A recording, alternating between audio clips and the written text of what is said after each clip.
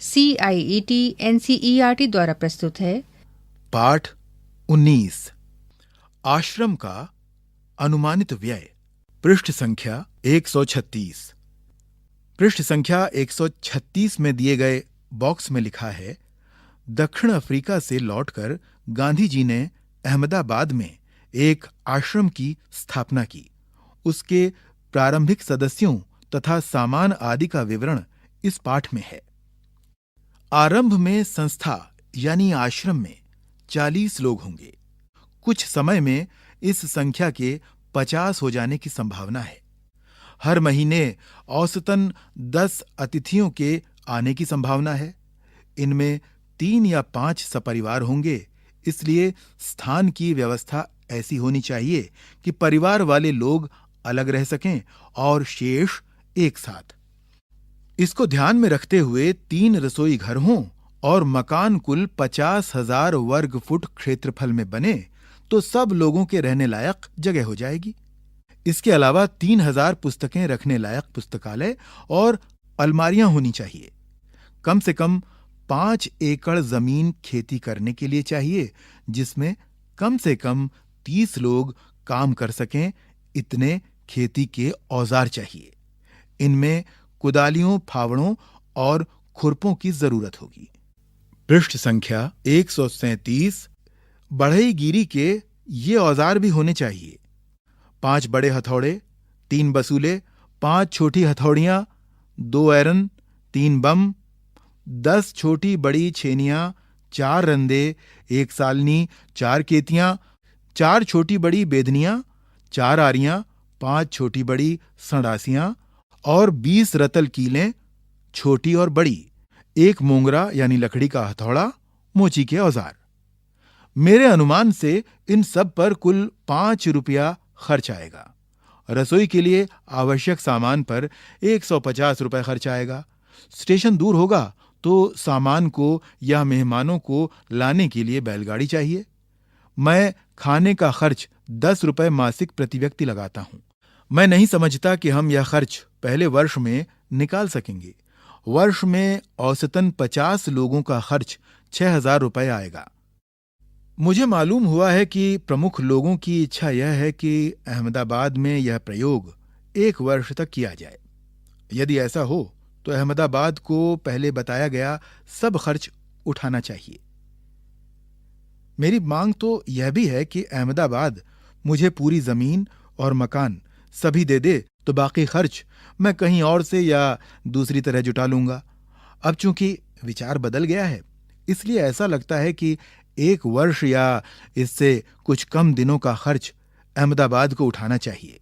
यदि अहमदाबाद 1 वर्ष के खर्च का बोझ उठाने के लिए तैयार न हो तो पहले बताए गए खाने के खर्च का इंतजाम मैं कर सकता हूं।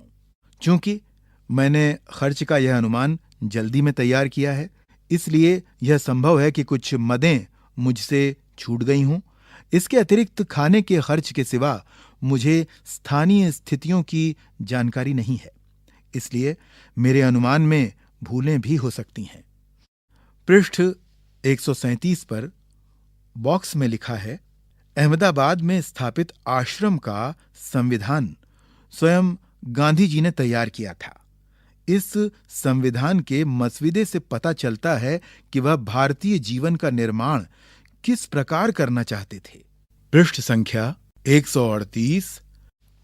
यदि अहमदाबाद सब खर्च उठाए तो विभिन्न मदों में खर्च इस तरह होगा: किराया, बंगला और खेत की जमीन, किताबों की अलमारियों का खर्च, बढ़ई के औजार, मोची के औजार, चौके का सामान, 1 बैलगाड़ी या घोड़ा गाड़ी, 1 वर्ष के लिए खाने का खर्च 6,000 रुपया, घरेलू सामान, 4 पतीले 40 आदमियों का खाना बनाने के योग्य, 2 छोटी पतीलियां 10 आदमियों के योग्य, 3 पानी भरने के पतीले या तांबे के कलशे, 4 मिट्टी के घड़े, 4 तिपाइयां, 1 कढ़ाई, 10 रतल खाना पकाने योग्य, 3 कलछियां, 2 आटा गूंथने की परातें, एक पानी गर्म करने का बड़ा पतीला, 3 एक कढ़ाई, 10 रतल खाना पकाने योग्य, 3 कलछियां, 2 आटा गूंथने की परातें, 1 पानी गर्म करने का बड़ा पतीला, 3 केतलियां, 5 बाल्टियां या नहाने का पानी रखने के बर्तन, 5 पतीले के ढक्कन, 5 अनाज रखने के बर्तन, 3 तइयां, 10 थालियां, 10 कटोरियां, 10 गिलास, 10 प्याले, 4 कपड़े धोने के टब, 2 छलनियां, 1 पीतल की छलनी, 3 चक्कियां, 10 चम्मच, 1 करछा, 1 इमाम दस्ता मूसली, 3 झाड़ू, 6 कुर्सियां, 3 मेजें, 6 किताबें रखने की अलमारियां, 3 दवातें, 6 काले तख्ते, 6 रैक, 3 भारत के नक्शे, 3 दुनिया के नक्शे, 2 बंबई अहाते के नक्शे, 1 गुजरात का नक्शा, 5 हाथ करघे, बढ़ई के औजार, मोची के औजार, खेती के औजार, 4 चारपाइयां, 1 गाड़ी, 5 लालटेन, 3 कमोड, 10 गद्दे, 3 चेंबर पॉट, 4 सड़क की बत्तियां। तारीख वैशाख बदी 13 मंगलवार 11 मई 1915। मेरा ख्याल है कि हमें लुहार और राजमिस्त्री के औजारों की भी जरूरत होगी, दूसरे बहुत से औजार भी चाहिए, किंतु इस हिसाब से मैंने उनका खर्च और शिक्षण संबंधी सामान का खर्च शामिल नहीं किया है। शिक्षण के सामान में 5-6 देशी हथकरघों की आवश्यकता होगी। मोहनदास करमचंद गांधी। पृष्ठ संख्या 139। प्रश्न अभ्यास। लेखा जोखा। प्रश्न 1। हमारे यहां बहुत से काम लोग खुद नहीं करके किसी पेशेवर कारीगर से करवाते हैं। गांधी जी छेनी, हथौड़े, बसूले क्यों खरीदना चाहते होंगे? प्रश्न 2। गांधी जी ने अखिल भारतीय कांग्रेस सहित कई संस्थाओं व आंदोलनों का नेतृत्व किया। उनकी जीवनी या उन पर लिखी गई किताबों से उन अंशों को चुनिए जिनसे हिसाब किताब के प्रति गांधी जी की चुस्ती का पता चलता है। 3। मान लीजिए आपको कोई बाल आश्रम खोलना है। इस बजट से प्रेरणा लेते हुए उसका अनुमानित बजट बनाइए। इस बजट में दिए गए किन किन मदों पर आप कितना खर्च करना चाहेंगे, किन नई मदों को जोड़ना हटाना चाहेंगे। 4।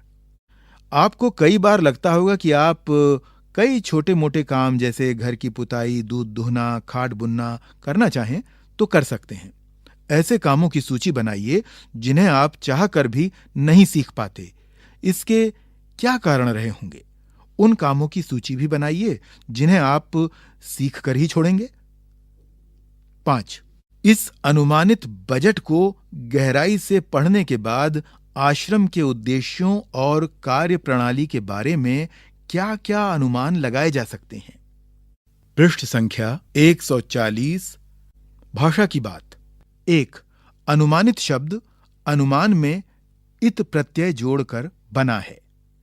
इत प्रत्यय जोड़ने पर अनुमान का न नित में परिवर्तित हो जाता है। यहां इत प्रत्यय वाले कुछ और शब्द दिए जा रहे हैं। उनमें मूल शब्द पहचानिए और देखिए कि क्या परिवर्तन हो रहा है। शब्द हैं प्रमाणित, व्यथित, द्रवित, मुखरित, झंकृत, शिक्षित, मोहित, चर्चित। इत प्रत्यय की भांति इक प्रत्यय से भी शब्द बनते हैं और तब शब्द के पहले अक्षर में भी परिवर्तन हो जाता है। जैसे सप्ताह धन इक यानी साप्ताहिक। यहां इक प्रत्यय से बनाए गए शब्द दिए जा रहे हैं। इनमें मूल शब्द पहचानिए और देखिए कि क्या परिवर्तन हो रहा है। शब्द हैं मौखिक, संवैधानिक, प्राथमिक, नैतिक, पौराणिक, दैनिक।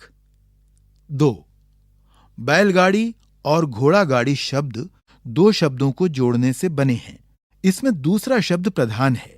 यानी शब्द का प्रमुख अर्थ दूसरे शब्द पर टिका है। ऐसे समास को तत्पुरुष समास कहते हैं। ऐसे 6 शब्द और सोचकर लिखिए और समझिए कि उनमें दूसरा शब्द प्रमुख क्यों है। अभी आप सुन रहे थे ये पाठ। प्रस्तुति CIET NCERT नई दिल्ली, भारत।